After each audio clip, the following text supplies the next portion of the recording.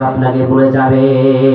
আপনি যখন মারা যাবেন, সন্তানকে যদি প্রশ্ন করা হয়, আপনি যখন মারা যাবেন, আপনার স্ত্রীকে যদি প্রশ্ন করা হয়, তোমার স্বামী এত সুন্দর মহব্বত করে ভালোবেসেছে, ঘর সংসার করেছে, 1 বছর নয় 2 বছর নয়, দীর্ঘ 20 বছর সংসার করেছ, আজকে তোমার স্বামী ইন্তেকাল করেছে, তোমার স্বামীর কবরের সাথে তুমি যাবা কিনা?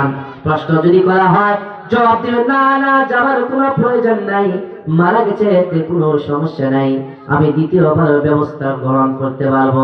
সন্তানকে যদি বলা, সন্তান তোমার বাবা ইনকাম করেছে, ঘাম শ্রম দিয়ে তোমাকে বড় করেছে, বিল্ডিং এর মালিক বানিয়ে দিয়েছে, তুমি তোমার বাবার কবরে যাবা কিনা? সন্তানকে বললেও সন্তান যেতে চাবে না।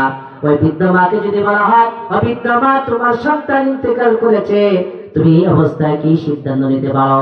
ওই বৃদ্ধ মা বলবে, আমার সন্তানের সাথেও তুমি সকলেই দাফন করে দাও। আল্লাহু আকবার।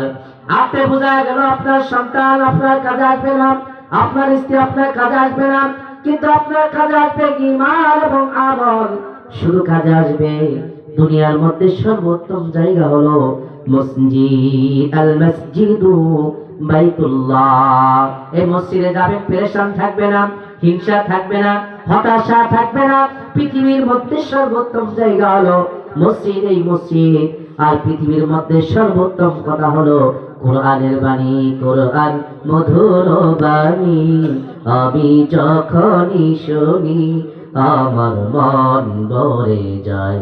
শোনো মুমিন মুসলমান, পড়ে দেখো না কোরআন, কত শান্তি পাওয়া যায়, কোরআন মধুর বাণী। কোরআন কিসের বাণী? মধুর বাণী।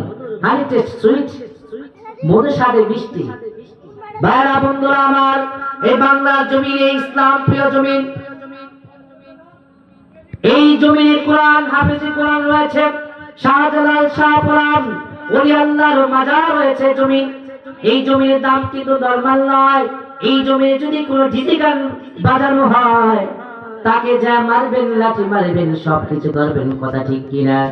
সারাদিন যদি কোরআন তেলাওয়াত করা হয়, তাকে যা আপনি কিডন্যাপ করবেন না, লাঠি মারবেন না। সারাদিন যদি কোরআনের আলোচনা হয়, আপনি তাকে বাধা দিবেন না। ভাইরা বন্ধুরা আমার, এমন একটি বাণী আল্লাহ তাআলা মানুষের জন্য নাজিল করেছেন। এই কোরআন কার উপর নাজিল করেছেন? নাযালাল কুরআন লিহিদায়াতিন নাস।